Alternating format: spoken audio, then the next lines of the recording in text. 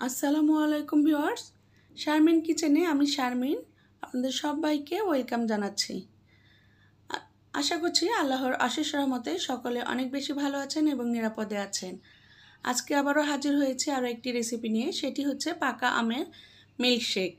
এটি খেতে দুর্দান্ত মজাদার, ছোট থেকে বড় সকলেই পছন্দ করে। আশা করব আজকের রেসিপিটি আপনাদের ভালো লাগবে, আর ভালো লাগলে লাইক, কমেন্ট ও শেয়ার করবেন।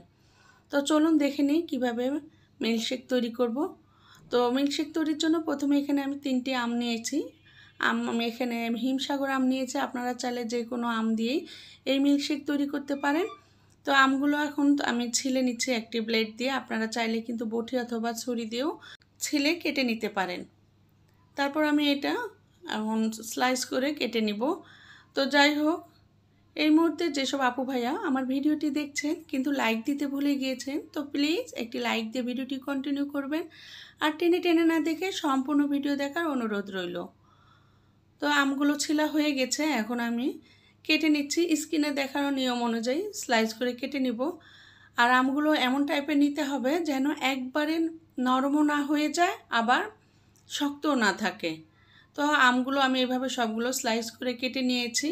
এই মুহূর্তে যেসব আপু ভাইয়া আমাকে সাপোর্ট করছেন, লাইক, কমেন্ট ও শেয়ারের মাধ্যমে উৎসাহিত করছেন, তাদেরকে অনেক অনেক ধন্যবাদ।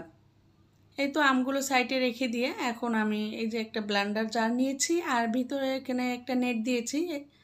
তাহলে কি হবে, এভাবে যখন জুস অথবা মিল্কশেক তৈরি করা হবে তাহলে পিওর একটা জুস পাওয়া যাবে। আর ভিতরে যে ছাবা অংশটা থাকবে সেটা ফেলে দিতে হবে। আর যাদের কাছে নেই এরকম নেট, তারা চাইলে কিন্তু জুস বানানোর পরে ছেঁকে নিতে পারেন। এবার আমি আমগুলো দিয়ে এখানে 1/3 কাপ চিনি নিয়েছি, চিনিগুলো দিয়ে দিলাম এখানে, আর অল্প কিছু চিনি রেখেছি। তো এখন আমি 1 মিনিট ব্লেন্ড করে নিয়েছি। আর মিষ্টিটা কিন্তু আপনারা আপনাদের টেস্ট অনুযায়ী বাড়িয়ে কমিয়ে দিতে পারবেন। আর এখানে নিয়েছি আগে থেকে জাল করে রাখা 700 গ্রাম দুধ, 500 গ্রাম করে রেখেছিলাম। সেই দুধটা আমি ফ্রিজে রেখে একবারে ঠান্ডা করে নিয়েছি। আর এই দুধটা এখন দেওয়ার সময় আমি নেটটা ধরে নিলাম, দিয়ে ঢাকনা দিয়ে ঢেকে আবারও 1 মিনিট ব্লেন্ড করে নিয়েছি। নিয়ে এখানে আমি দিয়ে দিচ্ছি 1/4 কাপ ডানো গুঁড়ো দুধ। আপনারা চাইলে যে কোনো দুধ মানে ব্র্যান্ডের দুধ দিতে পারেন, অথবা শুধু তরল দুধ দিয়েও কিন্তু ওটা বানাতে পারেন, কোনো সমস্যা হবে না। আর এই গুঁড়ো দুধটা দিলে তরল দুধ এবং গুঁড়ো দুধের কম্বিনেশনে অসাধারণ একটি টেস্ট এবং ফ্লেভার আসে, খেতে খুবই ভালো লাগে। তারপর আমি বাকি চিনিটুকু আমি দিয়ে দিলাম চামচ দিয়ে নেড়ে, এতে করে দলা পাকিয়ে থাকবে না। আর অফ ক্যামেরায় কিন্তু যে চিনিটুকু ছিল ওই চিনিটা দিয়ে দিয়েছি। দিয়ে আমি 2 থেকে 3 মিনিট ব্লেন্ড করে নিচ্ছি। আমি আবারও বলছি, মিষ্টিটা আপনাদের টেস্ট অনুযায়ী বাড়িয়ে কমিয়ে দিবেন। এবার দেখুন 2 থেকে 3 মিনিট আমি ব্লেন্ড করে নেওয়ার পরে মিল্কশেকটি কিন্তু তৈরি হয়ে গিয়েছে। দেখুন কালারটা কতটা পারফেক্ট হয়েছে, আর দেখতেও কত সুন্দর লাগছে। এই মুহূর্তে যেসব আপু ভাইয়া আমার ভিডিওটি দেখছেন, লাইক, কমেন্ট ও শেয়ারের মাধ্যমে উৎসাহিত করছেন, তাদের সবাইকে অনেক অনেক ধন্যবাদ এবং অনেক ভালোবাসা রইল।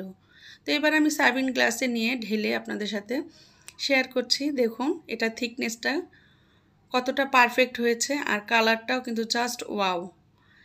এবার আমি এটা ডেকোরেশনের জন্য কিছু আইস কিউব মানে বরফের টুকরো দিচ্ছি।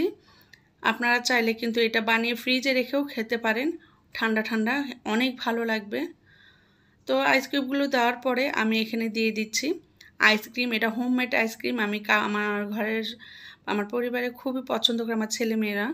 ছোট ছোট করে আমি কাপে ঢেলে নিয়ে এইভাবে রেখে দিই। আপনারা চাইলে কিন্তু এই রেসিপিটা শেয়ার করতে পারি, কমেন্ট করে জানাবেন। তারপর আমি আইসক্রিম দিয়ে দিলাম। আর আইসক্রিমটা দিলে কি হয়, অনেক টেস্ট ভালো আসে। আর ছোট থেকে বড় সকলেই কিন্তু খুবই পছন্দ করে। আমরা জানি যে জিনিসের ডেকোরেশন সুন্দর হয়, দেখতে লোভনীয় লাগে, সেটি খেতেও অনেক টেস্ট। এবার আমি এখানে দিয়ে দিলাম কিছু পাকা আম, আমি টুকরো টুকরো করে রেখেছিলাম, উপর দিয়ে দিয়েছি জাস্ট সৌন্দর্যের জন্য। তো তৈরি হয়ে গেল পাকা আমের মিল্কশেক। পাকা আম ফুরিয়ে যাবার আগে একবার হলেও এভাবে বাসায় মিল্কশেক বানিয়ে দেখবেন, খেতে কিন্তু অনেক মজাদার হয়। মাশাআল্লাহ, এটি খেতে কিন্তু খুবই মজাদার হয়েছিল, আর আমার ছেলেমেয়ে খুবই পছন্দ করে, তাই ভাবলাম আপনাদের সাথে শেয়ার করি।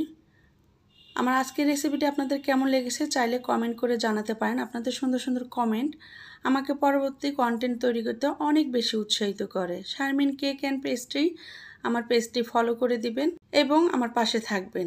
আর আমার চ্যানেলে যারা নতুন এসেছেন প্লিজ ভিজিট করবেন। এমন সহজ ও নিত্য নতুন রেসিপি পেতে আমার চ্যানেলটি সাবস্ক্রাইব করে পাশে থাকা বেল বাটনটি অন করে রাখবেন। এতে করে নতুন কোনো ভিডিও আপলোড দিলে সবার আগে নোটিফিকেশন পেয়ে যান। ভালো থাকবেন, সুস্থ থাকবেন আর আমাকে সাপোর্ট করবেন। পরবর্তী ভিডিও দেখার আমন্ত্রণ জানিয়ে আজকের মতো এখানে বিদায় নিচ্ছি। আল্লাহ হাফেজ।